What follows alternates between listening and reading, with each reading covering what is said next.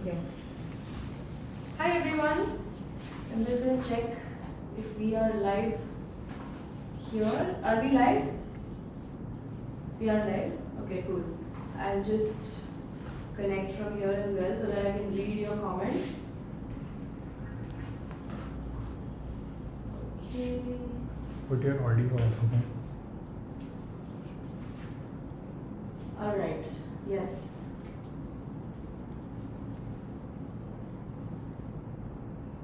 All right. I can see already some people joining, 60 people. Let's wait for a few more. So, is everyone here?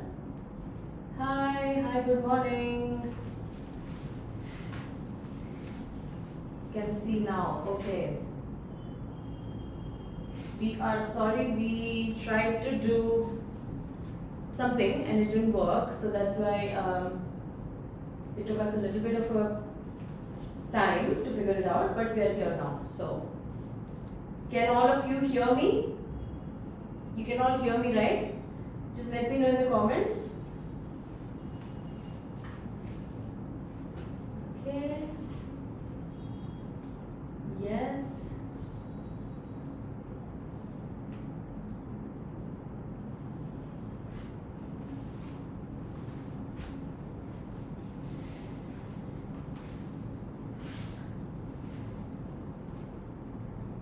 Yes, okay. Shall we wait for just a few more people to join in?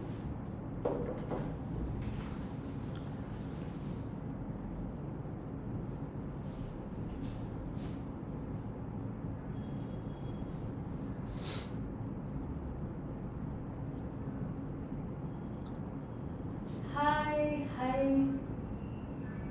I can read the comments, okay. So, shall we wait for a few more people? Last time we had about 300 people, so I'm expecting at least the number to match. I don't know where everybody is, so let's see if they join in. Let's wait for just 3 to 4 more minutes. Till then, I don't want to bore the rest of you. If you want to ask me anything about chocolate, now is the time, okay? You'll get time later also, but if you want to ask anything in the meantime while we wait for everybody to join, please write in a comment and I will reply to it, okay?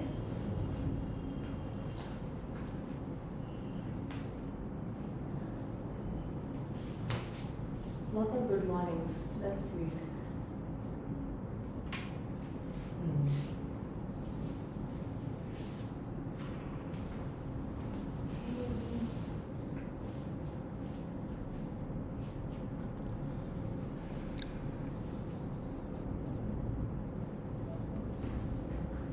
Hello. All right. So I guess we can. Okay, can we get cocoa pod at home and process it? Yes, you can. Yes, you can. You can get a cocoa pod from a farm. Sometimes we see water droplets in chocolate. That's just condensation. You can just take a tissue and just wipe it dry. I want to know about the kind of dough. We will be talking about it.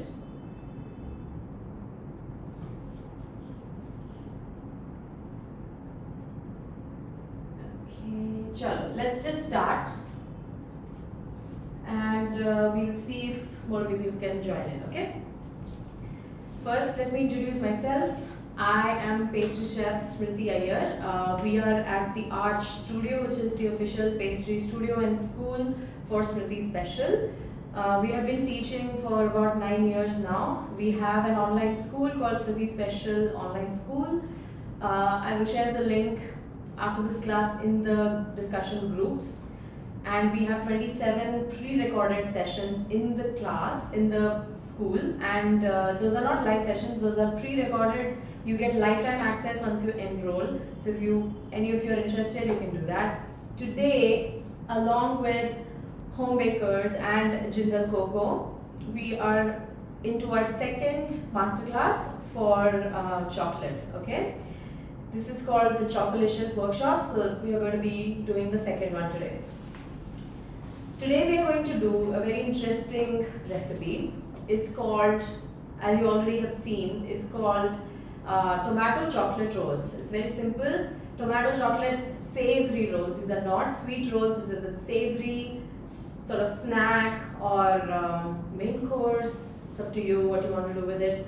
But basically today we'll be learning two different topics, two of my favorite topics. One is of course chocolate and the other is bread.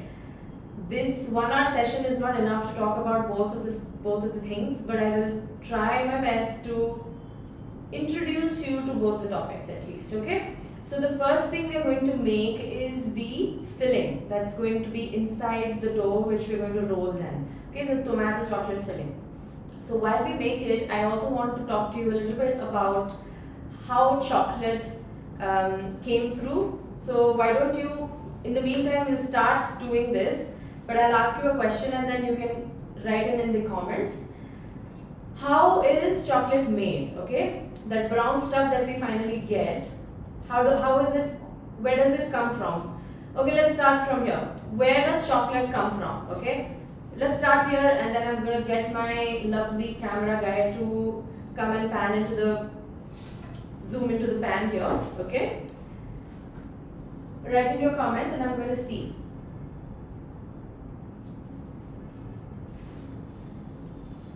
Okay.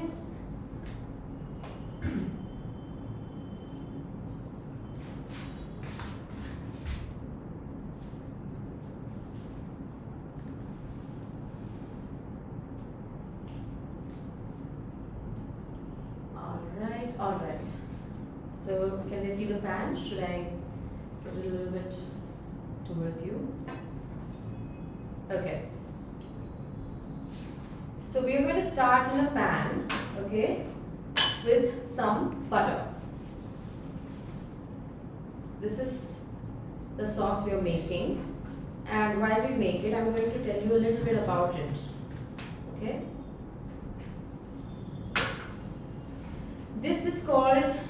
This is a type of mole sauce, okay? Mole sauce is a Mexican sauce, which is a category. Just like we have dal, you know, you don't have one type of dal, right? You have so many different types of dal. It's just one kind of cooking, right? Dal is pulses, but I'm talking about the dish dal, not the ingredient.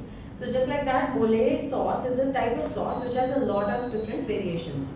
So in the pan here, I have some butter and garlic, okay, and we're going to gently warm it together. We'll sizzle it. All right. So mole sauce is a category of sauce, and one of it uses dark chocolate. And when we say dark chocolate, it's not the sweet dark chocolate.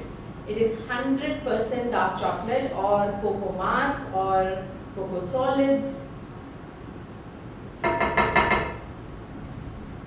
So you guys have been writing to me where chocolate comes from. So cocoa tree, yes. Cocoa tree is called Theobroma cacao. If anybody didn't know, it's called Theobroma cacao. Okay. Cocoa pods, cocoa beans. Yes, it does come from cocoa beans. Dried. Cocoa bean, dried, fermented. No, not in that order. First cocoa fermented, dried, and then cocoa liquor. Correct? Most of you are right. Although you do need a little bit of just a reference of the procedure, but we'll get there. Okay? I've added the chili and I've reduced the heat now because we don't want to be coughing here. The cumin, jeera. Okay, black pepper. You can adjust the spices according to you, and cinnamon. You can also add a cinnamon stick if you want. Okay. These garlic, by the way, you can also chop them. I have just crushed them because at the end of the day it's going to get ground up. so you don't really need to do extra mehnat, right? Alright, now you're going to add salt and the tomato. Okay? Now this tomato is going to cook on medium heat, and we're going to cook this until it's a little bit smushed up. Okay, can we pan the camera on to me so we can have a little chat? Okay.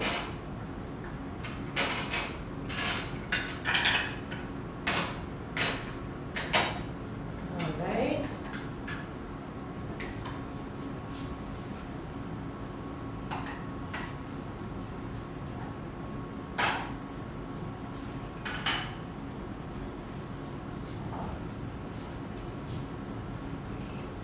Okay, people are asking me, is it whole spices or powdered spices? Of course, you can see it in the video. Can we move back to the original position?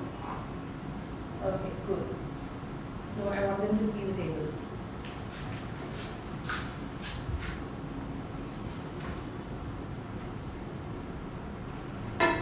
You can use whole spices, you can use powdered spices, it doesn't matter, because at the end of the day, once it's cooked, you're going to grind it and sieve it into a smooth paste. So it really doesn't matter what kind of spices, what form of spices you use, as long as it's fresh. Okay? As long as it's not expired, not old. Okay? Now, we were talking about chocolate. Now chocolate, 100% chocolate comes from this. Okay, I'm going to tell you the cocoa story in a very concise manner. It's long, tedious, and takes a lot of skill. But here we go. What you do is, first you have the fruit, which is the Theobroma cacao fruit.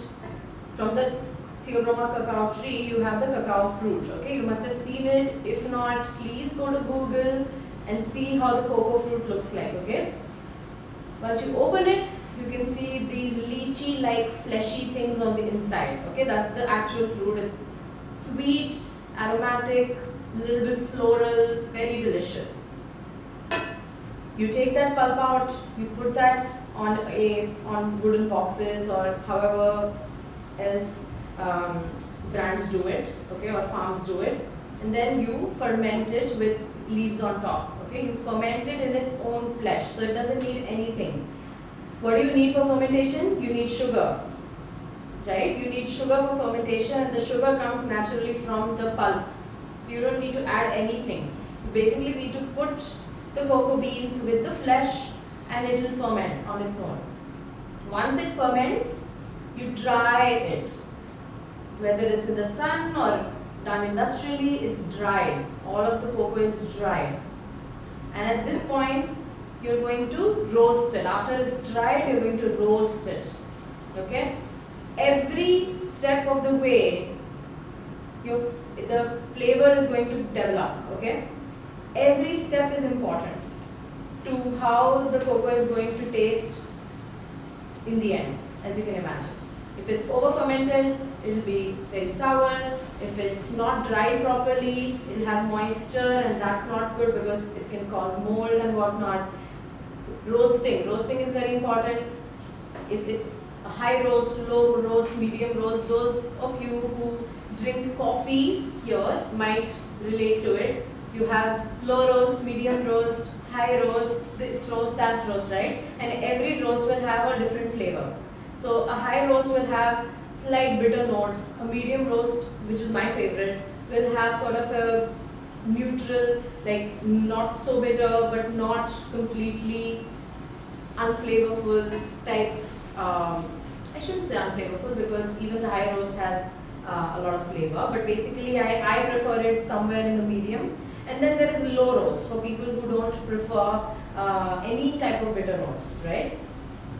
And then what happens is you crack the bean. Just like you have a chilka, just like you have a little peel on the outside of almonds, just like that there's a peel. So you take that off. Okay? that is usually done by winnowing. You all been to school? You all know what winnowing means, I'm presuming. I want you to tell me what winnowing means in the comment section so I can know if you're really listening, okay? Let's see. Let's see if you know what winnowing means. So after winnowing, the thing you get in the inside is actually the cocoa nibs, or the cocoa bean, which when crushed are cocoa nibs. You must have seen cocoa nibs around. Let's see.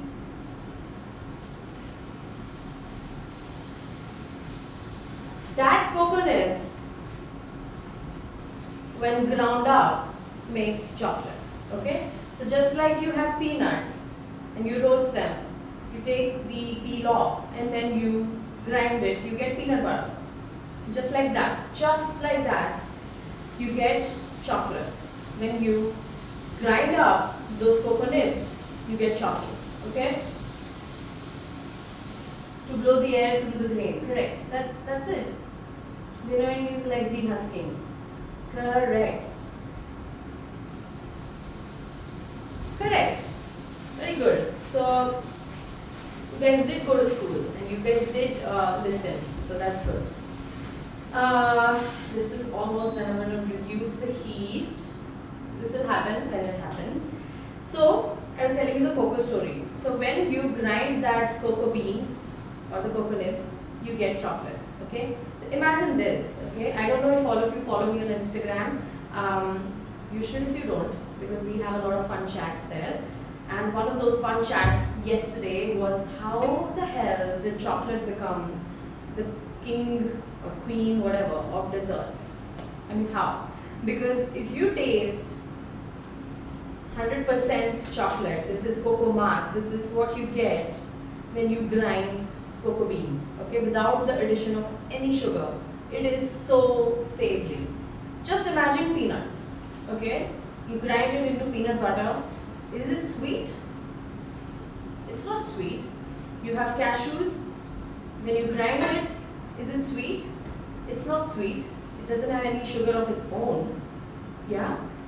You add it to gravies to make North Indian curries, like I'm a vegetarian, so I don't know about non-veg, but let's say Shahi Paneer or Malai Kofta, those kind of dishes have cashew paste in them.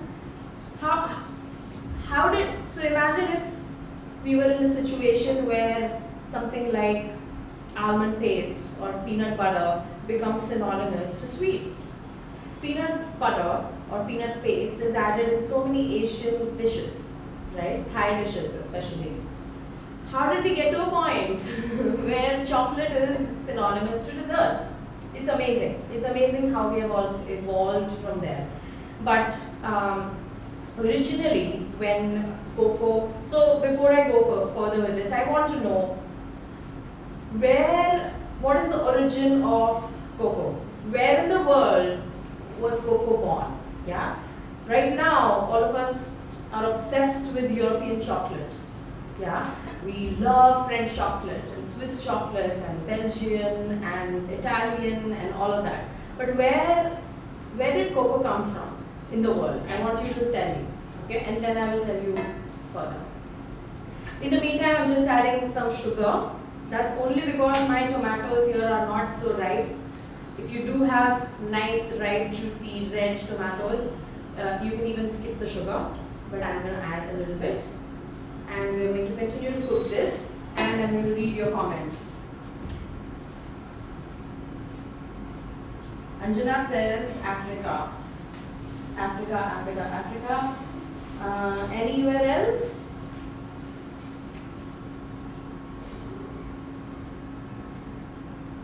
Anywhere else?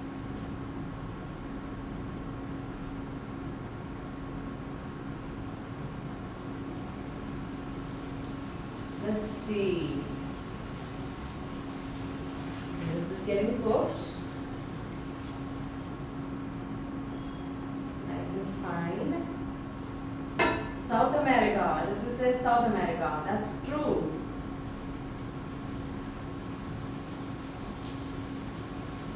In India. No, it's not India. Mexico. Yes, Latin America, South America. Correct. So cocoa, at least to the knowledge of us humans and the research that we have done, it originates in South America. Okay, and different places have different types of cocoa. Just like we have 100 types of mangoes in our own country, right? In the north we have Safeda and Langda and Chosa and this and that. Just like that, cocoa also has many varieties. Okay, so just like that, it originated in South America. So if you look at, and South America is very huge, as all of you know, and if you look at it carefully, if you look into their own cuisines, Brazilian, Mexican, Puerto Rican, Venezuelan, different cuisines, they use cocoa in savory dishes because that's how it was available to them. Okay, before it became a sweet dessert, it was a savory dish, right? It was not restricted to, they also, I believe they also had it in sweet drink form, but it was predominantly used in their cuisine, like in their meat dishes, spreads and some such. So at this point I'm going to add the 100% dark chocolate in here, and we can pan the camera closer so that you can see. Okay, Madagascar, South America, not Madagascar, actually it came to Africa a little bit later. It traveled from South America to Africa, I believe, but we have to look into history for that. Okay. So now at this point, as you can see, our sauce is sort of mushy. I'm going to remove it from the heat. Okay.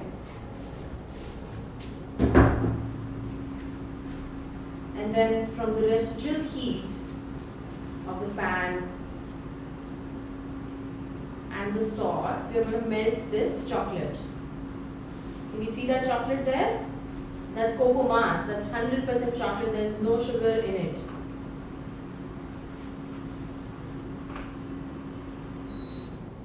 Acha, tell me something while I mix this. Have you tasted 100% dark chocolate or cocoa mass before? And if you did, what did you feel? Tell me in the comment section. And in the meantime, I'm just going to mix this along. Okay, and then what we are going to do is to cool it down completely, grind it into a smooth paste, sieve it so that we get rid of the fiber and we get a nice smooth final mixture, and then we use that to fill our rolls. Okay.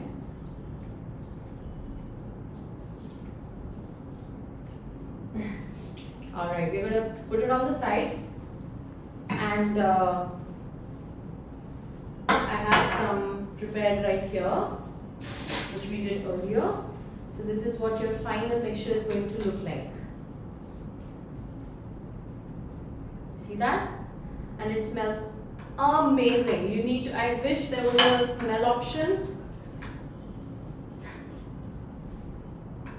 Okay, this is what it looks like, and we're going to put it on the side, and we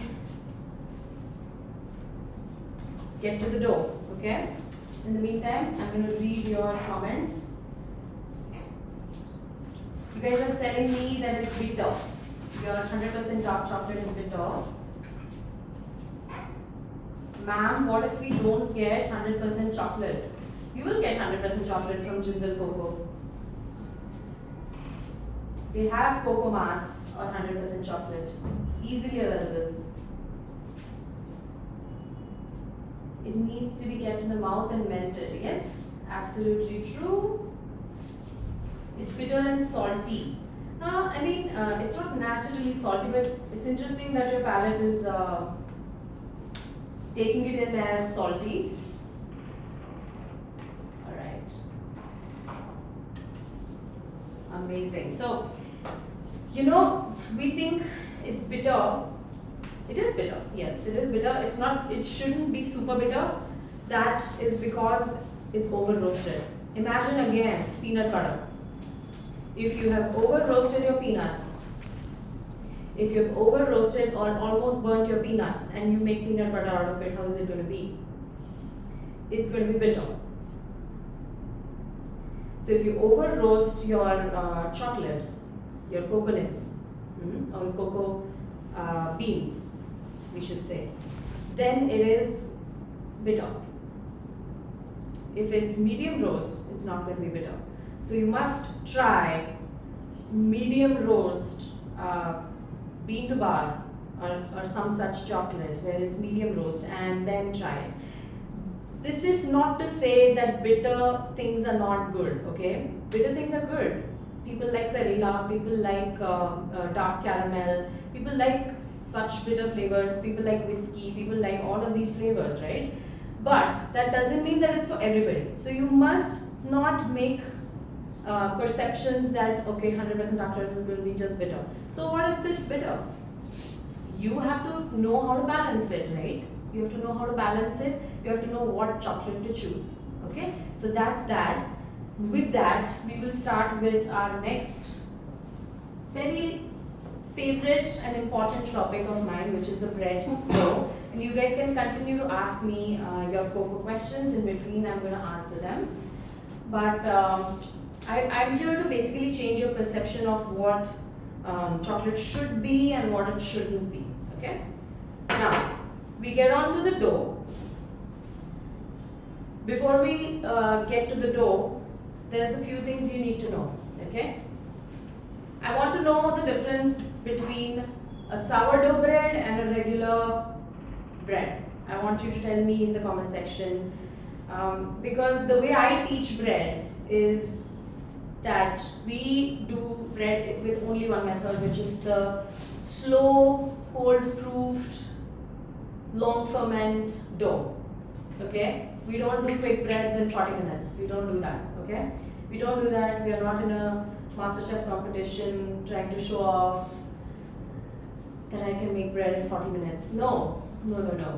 Bread is to be made slowly with controlled fermentation, cold proofing, and once you make bread with this type of method, you're never ever going to make bread in any other type of method. I can guarantee you. You can ask my students, you can ask anybody who has come across any bread that is made by me or by this method. So, sourdough bread doesn't use commercial yeast. Yes, that's true. Sourdough needs a starter while others use commercial yeast. Sourdough uses a starter. What is a starter? Can you guys tell me what a starter is? In the meantime, we'll just be starting off our dough here. With my all-purpose flour, we will get them here in a second. To our all-purpose flour, I'm adding salt, okay, sugar, just going to mix it. I'm going to use a spoon. Okay, we have salt, we have sugar mixed in. You need a starter made of flour, okay?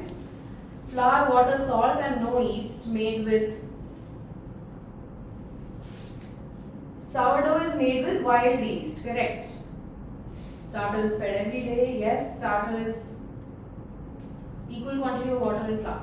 Okay, do you think sourdough doesn't have yeast? Is that what you think? That sourdough doesn't, and this little thing here, which we'll get the camera close to you. Do you think this little thing here, yeast, is not present in sourdough starter? Little flour mixed with water, kept for fermentation. Fermentation. Interesting that you guys are talking about fermentation. We will be speaking about it. Okay, that's why a bread session cannot be in 1 hour. We have in our online school we have 3 whole classes just dedicated to bread. Just because of this reason, because bread is not a quick topic. But that doesn't mean we'll not make a nice loaf of bread right now. Okay. It has wild yeast. Sourdough is gut friendly. Why is sourdough gut friendly, and why is the other commercialized bread not gut friendly? Is it the yeast that makes the difference, or is it the process? Which one is it? It uses yeast in the air. Correct. So let me just run you through. Till then you can answer to me why sourdough bread is considered gut friendly and the other one is not. Okay. Sourdough starter is made with capturing the yeast in the environment. Now you need to look at yeast not just as an ingredient but as a living thing. It's a microorganism. Okay. It grows when it comes in contact with what? Moisture and starch, some type of carbohydrate, whether it's from a grain, whether it's from sugar, whether it's from anything else. Okay, and then it starts multiplying on its own, and that is why we culture our mother. So mother culture is the sourdough starter that you capture from that you guys are all writing to me here. And I love to see that a lot of you have written here that it's the process of sourdough which makes it gut friendly. Correct. That's what I wanted to hear. It's not the yeast. So taking that in, I teach my breads with the sourdough style method but with commercial yeast, because not everybody has the time or the capacity to maintain a mother culture, because you have to keep feeding the mother culture. And that's great. I love sourdough bread, but it's just the process. Okay, it's just in the process, and you have to trust me. So I'm going to ask my lovely camera guy to just come close, and so that we can start making the bread here. And I want you to see the quantity of commercial yeast we are using here. Okay. Now the difference between commercial yeast and sourdough starter is just one. Commercial yeast is, you cannot make living organisms, you know that, right? If it's a living thing, you cannot generate it in the lab. I mean, at least as of 2023, it could change. We never know. It could change. But for now, we have yeast that is isolated in the lab. It's isolated and it's made dormant so that it's shelf stable, right? We don't have to keep it anywhere else. By the way, store your dry yeast in the freezer. It'll stay forever. Okay, it'll stay forever. Don't read the labels. You don't have to worry about the expiry, etc. They'll ask you to keep it in the shelves. Don't do that. Keep it in the freezer. Okay, can you see the amount of yeast? It's like just a pinch, and that's all you need. Trust me, that's all you need. Because it's basically just sprinkling some mother culture into the flour, okay, and it's going to multiply. It's going to eat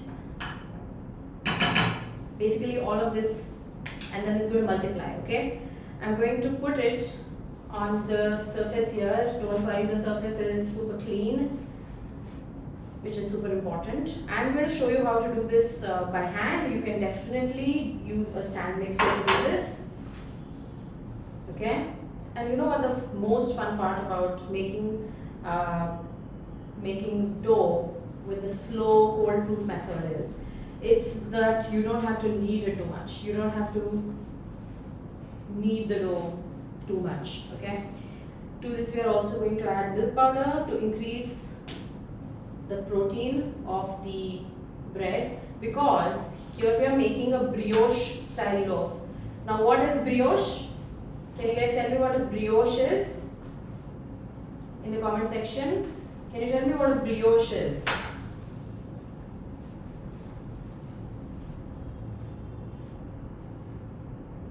Okay, I want to know.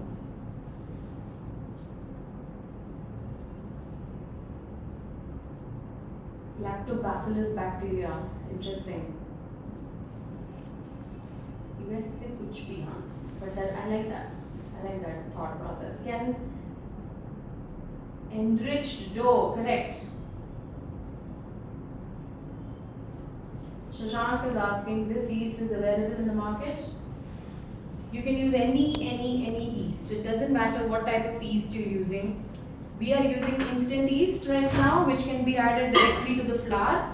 If you use activated yeast, then it needs to be activated or waken up first in some warm water with a little bit of sugar, just so that it wakes up. But instant yeast can be just added directly to the flour. If you're opening a new packet of yeast, make sure that you test it once. It doesn't matter whether it's instant or rapid rise or any other type.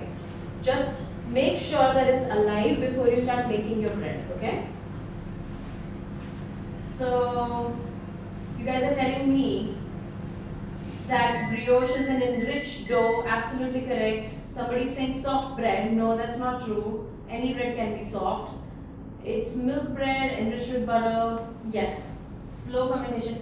No. So brioche is basically an enriched dough. Now what do we enrich the dough with? We enrich the dough with, I've just microwaved my water and cream here. Okay.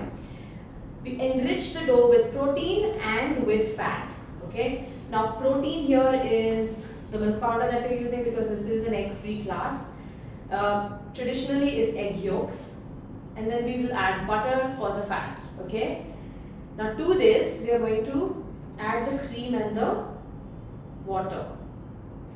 I'm going to mix these two first together, just so that it's easier for us to get it into the dough. Okay. You want to warm it. You don't want it to be too hot, then your yeast will be dead. You don't want it to be too cold, because then having it too cold is not a problem. It will just hamper with the initial process of getting the yeast woken up. Okay. One of the things that you need to know if you're doing slow cold proofing in the fridge is that you need your dough to be a little bit on the higher hydration side. Okay, you want your dough to be a little bit sticky, because what happens when you put anything in the fridge?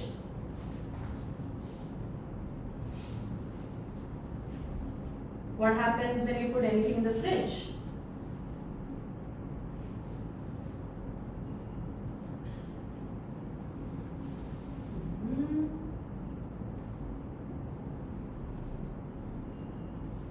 It dries. Okay, things dry in the fridge. That's what happens. I'm going to get a scraper. Okay. What happens when you put anything in the fridge? Things dry in the fridge. It loses moisture, right? So that's why you need your dough to be a little bit sticky, so that once you take it out of the fridge, it's not dry. You need moisture in the dough for it to be soft. More than anything else, you need moisture in the dough for it to be soft. People think it's the milk or the butter. Yes, they contribute, but it's actually the moisture in the dough that makes it super soft. Okay. Now you see that this is sort of sticky. Yes, you guys are telling me. If we have dry active yeast, yes, I just said that if you have active dry yeast, you can just activate it. You know, bread baking is a lot less about the recipe and a lot more about the procedure. I always tell this to my students, it's not about the recipe. People always ask me, do you teach whole wheat bread? Do you teach multi-grain? It's not that. Once you understand the dough and how it works and how the yeast works along with everything else, it doesn't matter then what kind of flour you use. Okay? It's good that you want to make whole wheat bread. That's great. But you don't need a separate entire class for it. Okay? You need a class only to understand how a dough works. And once you get there, you can make any bread you want. Okay, now do this. Once you have your dough sort of together, we are going to add the melted butter. Okay?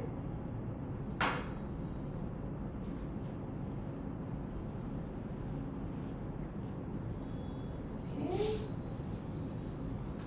Now, why are we adding the butter later? Why didn't we just add everything together? Can someone tell me that in the comment section? Can we?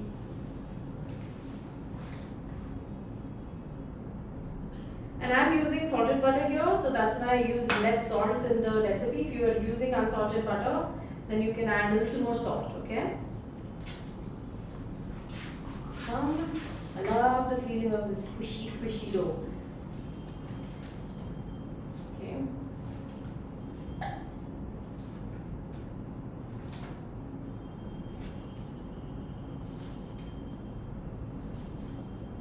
Someone says that we develop the gluten first. It hampers with the gluten formation. It doesn't hamper with the gluten formation, no. To get elasticity, no. Okay, I mean it's sort of true, but I'll tell you why. What happens when we add, if you attended my last class in this series, we added the butter to the flour first in that cookie, right? We did that so that the flour gets coated with the fat. Once it gets coated with that fat, it's going to roast and become crispy, right? But when, imagine there's something which is coated with fat and then you try to push in water, what's going to happen? It's going to take much longer for you to develop that emulsion, right? It's going to take you longer kneading time, longer everything for you to get that nice sticky, nice non-sticky, supple looking dough. That's why we add the butter later, because it's much easier for once the particles of flour is coated with water and it sort of blooms, and then you push in the fat, it's going to take you much lesser time to develop the dough. That's the only reason we're doing this. That's why if you're doing this in the stand mixer in smaller quantities, you can just add in everything, because then you don't have to put in effort because the machine is doing everything. But generally, as a rule of thumb, if you can just make the dough this way, first add your milk or water, basically any of your liquids, and then you add your fat, it's just going to be easier for you, okay? Now, do you see that this dough is not sticky now? Yeah?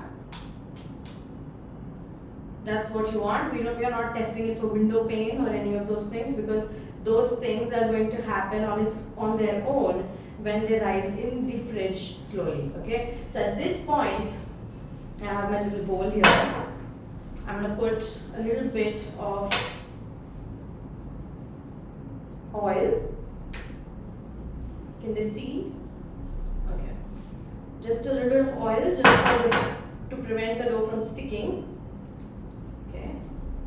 And then we place in our dough, cover it from both sides. Okay. Let me just wash up. What are you guys telling me? The activity of yeast speeds up. No, there's nothing to do with the yeast. Adding butter would coat the flour first and slow down the process of fermentation. No, not the fermentation, but basically just the formation of the dough.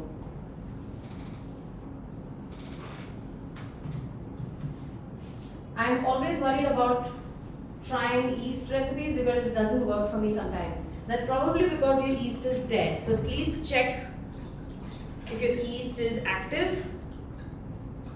Okay, just check if it's alive. If it's not alive, then it's not going to work.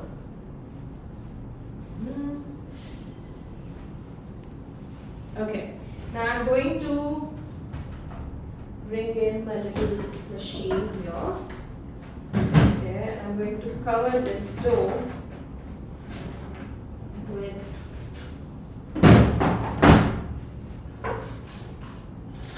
the cling wrap.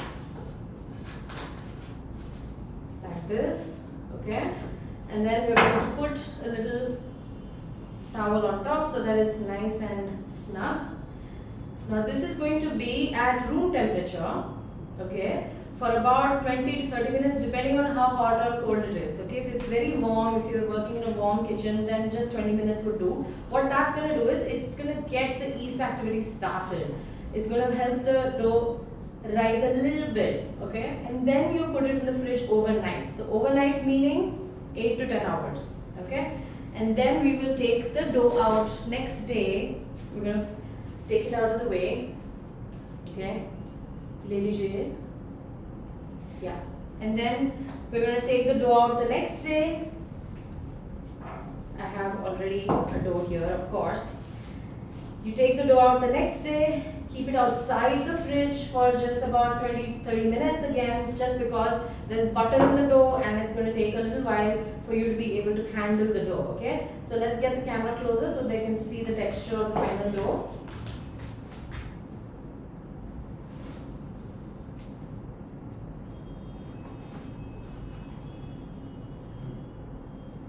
Okay. Alright, so now I'm going to put a little bit of flour, just a little bit, not too much. You don't need too much, okay? Let's remove this out of the way. Alright, we're going to dump in our beautiful dough. Do you see the dough here? Do you see that just with a pinch of yeast? Do you see the texture? Do you see the texture of the dough? There's your window pane. Okay? Now, what we are going to do is simply we are going to not degas it or any of those things. We are just going to roll it out. By the way, can you see the texture? The little bubbles. Can you squeeze it? Yeah. Look at that bubble. Yeah? Lovely. So I'm going to put a little tiny bit of flour just so that it doesn't stick. And then we're going to roll it out. Now, so today we are making rolls. So we're going to fill it with that mole sauce and we're going to roll it just like rolls. Okay. Just a little bit. On the other side as well. Now what you want is a rough sort of rectangle. Doesn't have to be absolutely perfect, but it does have to be rectangle so that it's easier for you to cut it later. I love the little bubbles. Do you see the bubble here? Okay.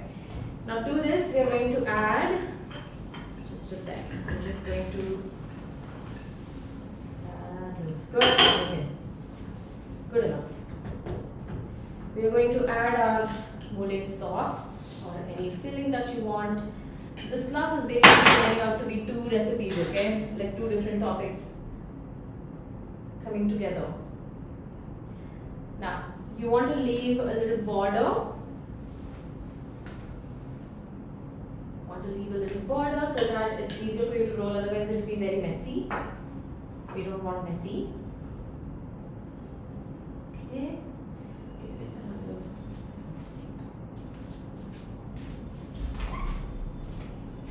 I'm going to show you the rolls we made previously as well.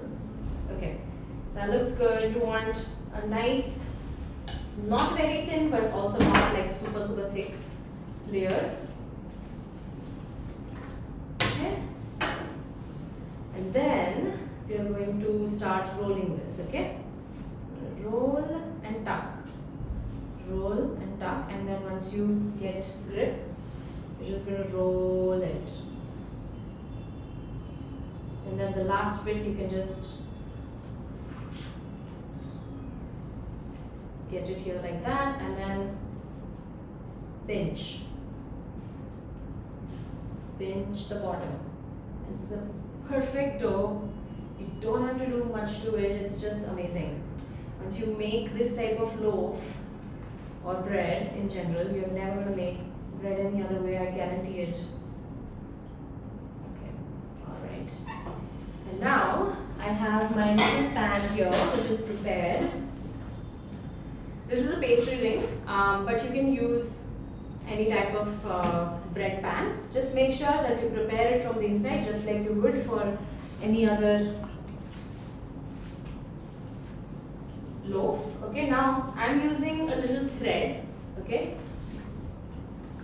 I'm using a little kitchen twine. Okay, these are lint-free threads, and let's just mark. So I'm going to do 4 rolls with this. So approximately 4. So that's the half and that. You can also measure it. Okay, because I'm making a small batch here, so we're going to do 4.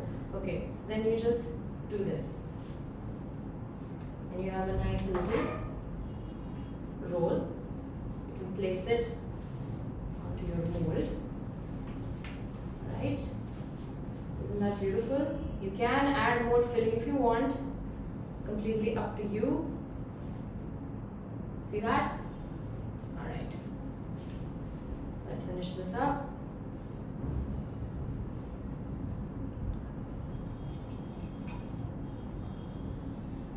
Can go a little messy, that's okay. And I'm just going to remove just the end bits of it because it was not rolled perfectly, so that's fine. Yeah, I want it to be like this. Okay. Now let's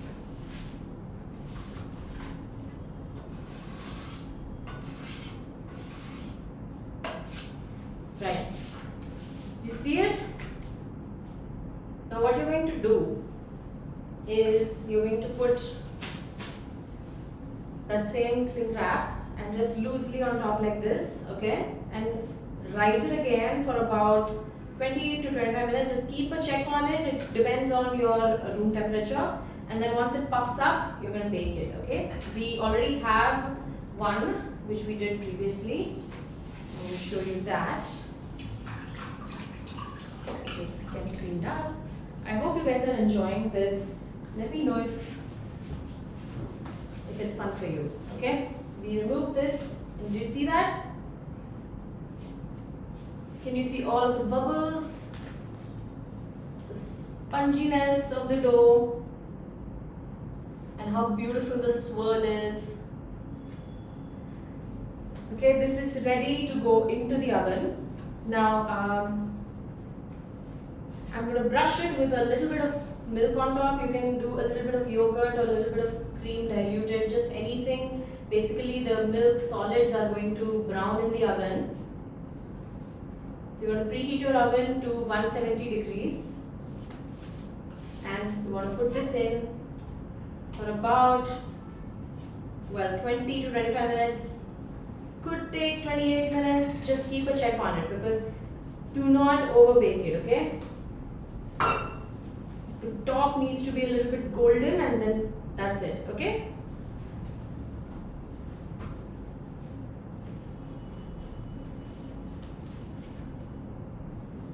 So we did this. Now before I show you the final one, I want to know if you guys are understanding what we're talking about here, if you have any questions related to bread. Awesome. Now, if you're a beginner in bread baking, one of the most short ways of making sure that the bread is baked through but not overdone is to insert a probe thermometer and check if the temperature inside for a brioche like this is about 85 to 87 degrees Celsius, okay? Anything beyond that, your bread is going to start drying out. Anything below that, your bread is not done yet. So, I know a lot of people think, "Arey, thermometer lena padega," but thermometer is actually a really useful tool here. I know people tell you that if you knock the back of your bread, it's going to be hollow. Yes, that's a very good method. But if you want like a short, fail-proof way of knowing if your bread is done or not, especially initially where you're not really used to bread baking, then using the temperature method is not going to fail you, okay? So yes, this is a good question. What to do if it's winter here? It takes forever to rise. Yes. So if it's winter, it's going to take you a longer time for it to rise. If it's anything below 5 degrees, I would say preheat your oven to about 80 degrees and then switch it off.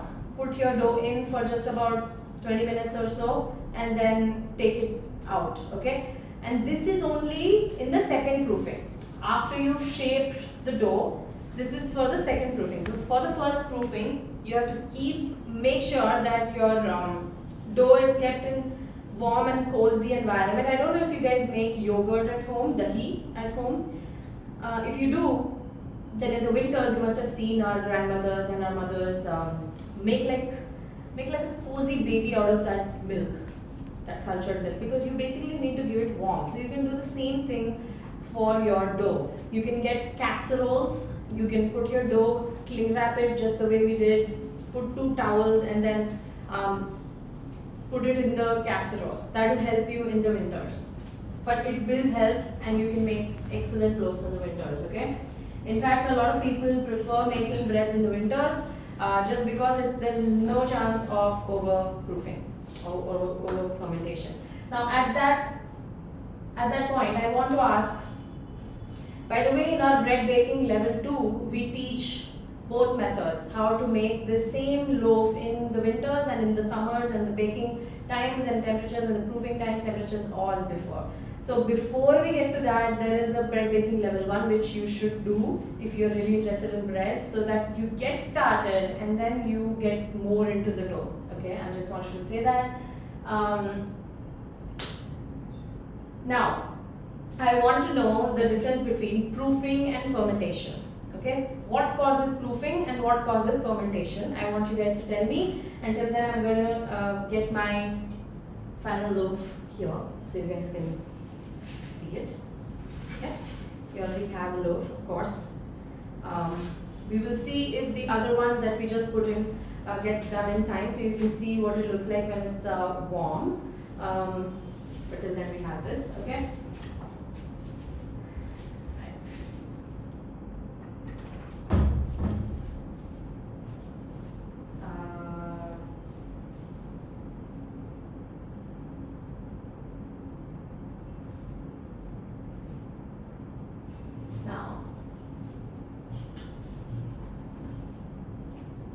What is the difference between proofing and fermentation?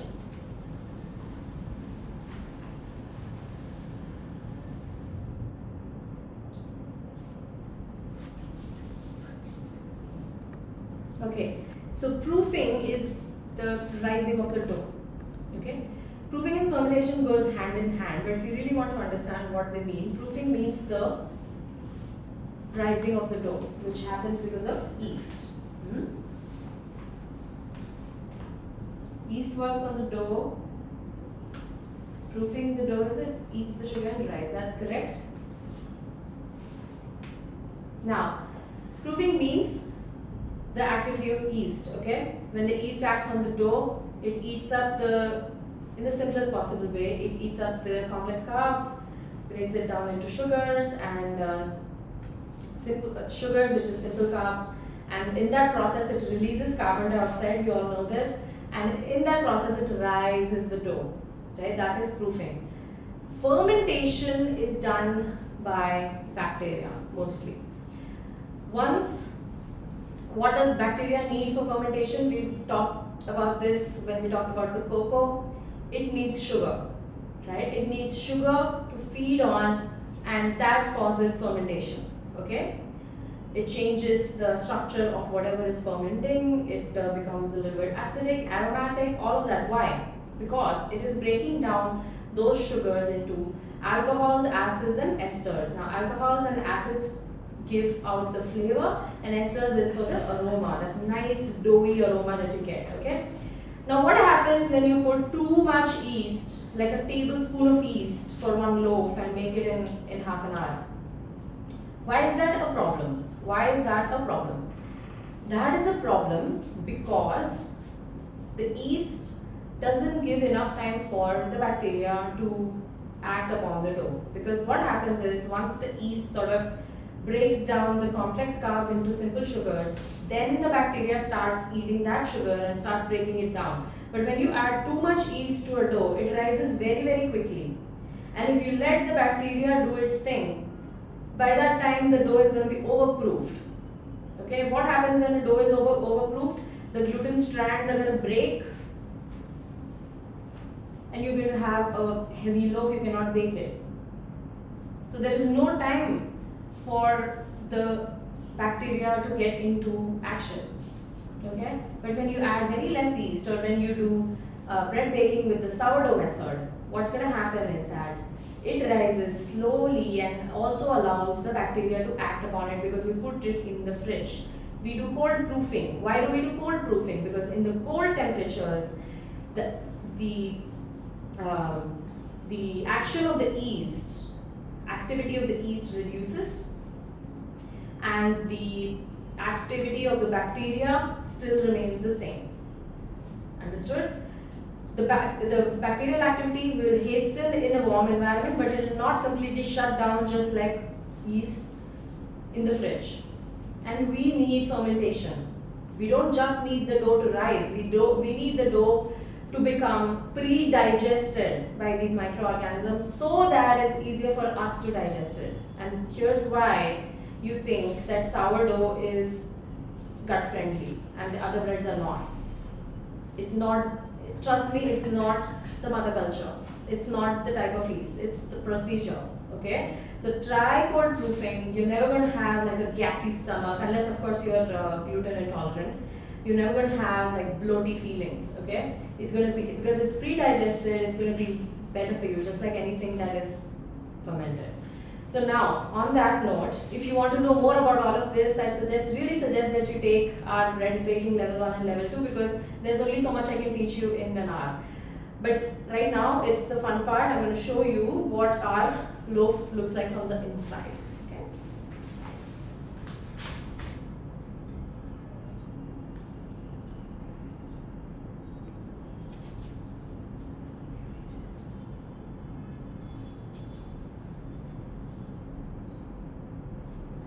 Alright, are you ready? This is a little bit at room temp now.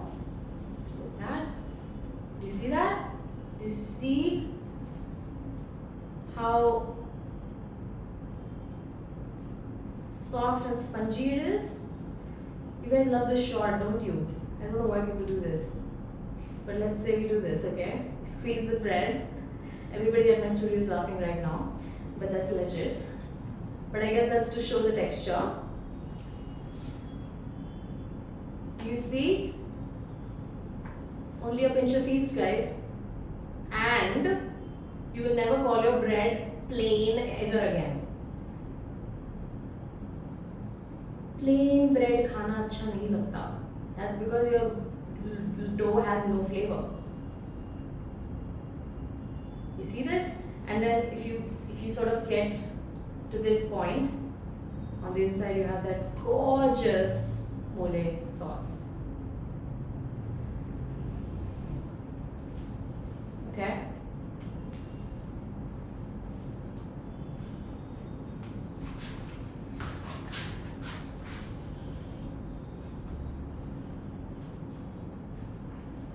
Alright. Awesome. So, if you guys do make this recipe, we're going to put the PDF in the group once the session is over. And also I believe you can find the recipe in the description box below this YouTube video. If you make this recipe, please tag me, smritis.special, on Instagram or on Facebook, wherever. You please tag Jindal Cocoa and Home Bakers, who have organized this wonderful class. Before we sign off, sorry, I'm just gonna. Can we use this dough to make pesto babka? You have the dough, you have the filling, you can do whatever you want with it. Okay, there are no rules. If there are any students of mine here, you know there are no rules. It's just a dough and a sauce being put together. Whether you want to dip your nachos in that sauce or your dosa in that sauce is none of my business. Whether you want to make rolls with this dough, whether you want to make a loaf, whether you want to make little buns, none of my business. You can do anything you want, okay? Anything you want. There is no rules. That's all. Now, before we sign off, I want to remind you that there's going to be Bake Fiesta, which is a 3-day online fun master filled with 17, I believe, master classes from different experts, including me. I'm like one of those, but also including wonderful chefs, bakers, bloggers, everybody, and they're going to do what they do best. There's going to be classes for sugar crafting, for bread, for pastry, for so many different topics, and it's going to be from 9th to 11th of June, and the link for it is going to be available to you on the groups and also in the description box below. So you must, it's a single ticket access for all of the classes, and it's going to be amazing. So, okay, it's an online event, so anybody can attend it online, and it's going to be a lot of fun. So thank you so much. On that note, I'm going to sign off. I'm Pastry Chef Smriti Iyer. You can find me on Instagram at smritis.special, and you can find my classes on Smriti Special.